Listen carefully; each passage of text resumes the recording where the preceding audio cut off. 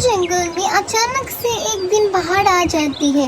उसकी वजह से टुन्नी चिड़िया का घर टूट जाता है और वो अपने दोस्त बबली के यहाँ पर टूटे फूटे घोंसले के अंदर रहती है और वो यह कहती है कि काश हम भी इंसान होते तो एटलीस्ट हम ट्रेन के अंदर बैठ सकते।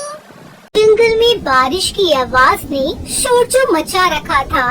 हरिया तोता को दूर से ही टुनटुनी आता हुआ देख लेती है। टूट गया मेरा घोंसला, टूट गया। जो दाना बचा कर रखा हुआ था वो भी पानी में बह गया, सब बर्बाद हो गया।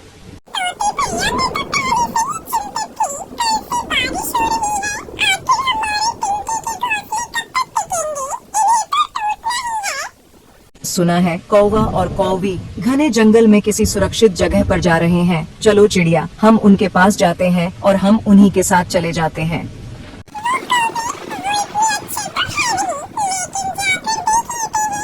कालू घोंसला उठाओ, मेरा दाना ढूंढो। सुंदरी कौवी पेड़ की डाल पर बैठी हुई थी और कालू कौवा नीचे गिरे हुए घोंसले को उल्टा सीधा करके अपना दाना ढूंढ रहा था। यहाँ कुछ नहीं है, मैंने सब देख लिया। शायद वो दाना बारिश के पानी में बह गया है। खुद तो पेट भरकर खा लिया, अब मैं क्या भूखी रहूंगी। अब हमें देर हो रही है, हमें रात होने से पहले पहले घने जंगल में जाना होगा। टुनटुनी चिड़िया तोता भी वहाँ पहुँच जाते हैं।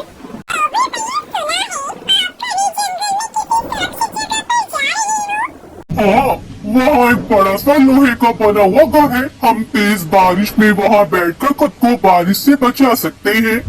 हम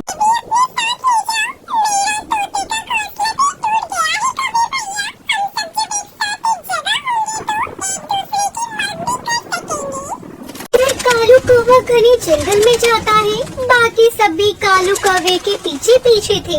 वहाँ एक रेलगाड़ी का पुराना डब्बा था जिस पर घास ऐसी उगी हुई थी जैसे जमीन पर उगी हुई हो। दिखने में ऐसा लग रहा था जैसे कोई लोहे का डब्बा नहीं बल्कि कोई पेड़ हो।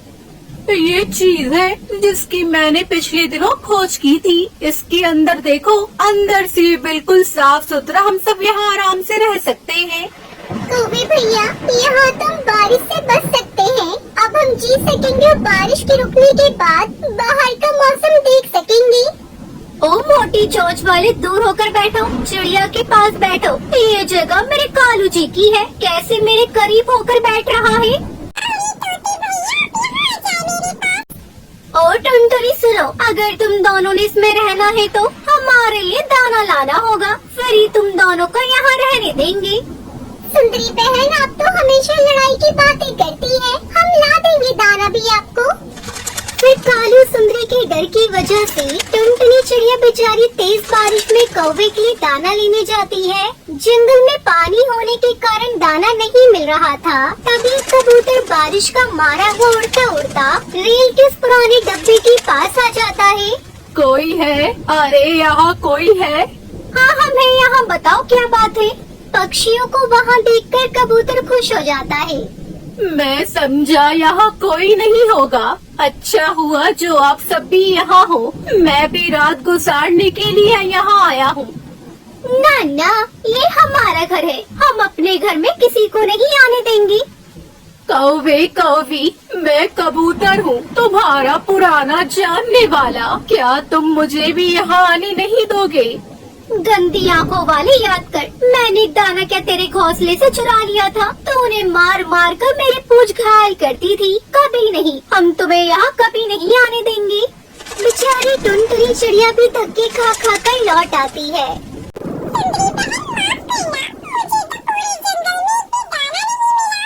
मुझे पहले पता था, जो मिला होगा वो तुमने खा लिया होगा।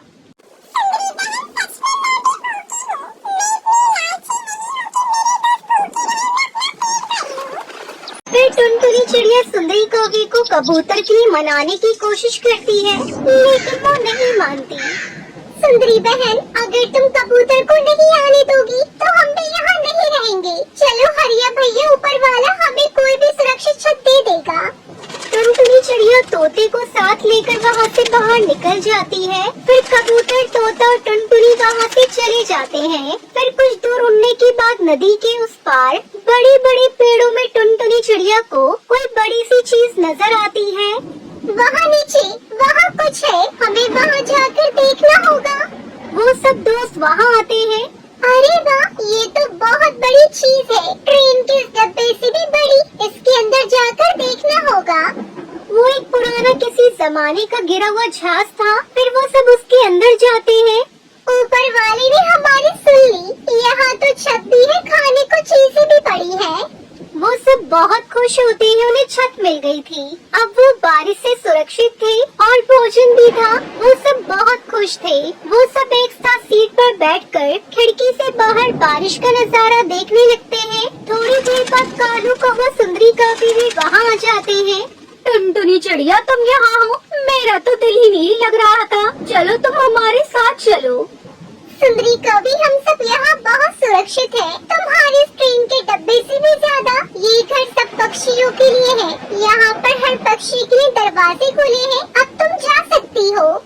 उसकी ये बातें सुनकर सुंदरी और कालू दास मुँह लिए वो दोनों पति पत्नी चले जाते हैं। फिर टुनटुनी चिड़िया अपने दोस्तों के साथ खुशी खुशी रहने लगती है।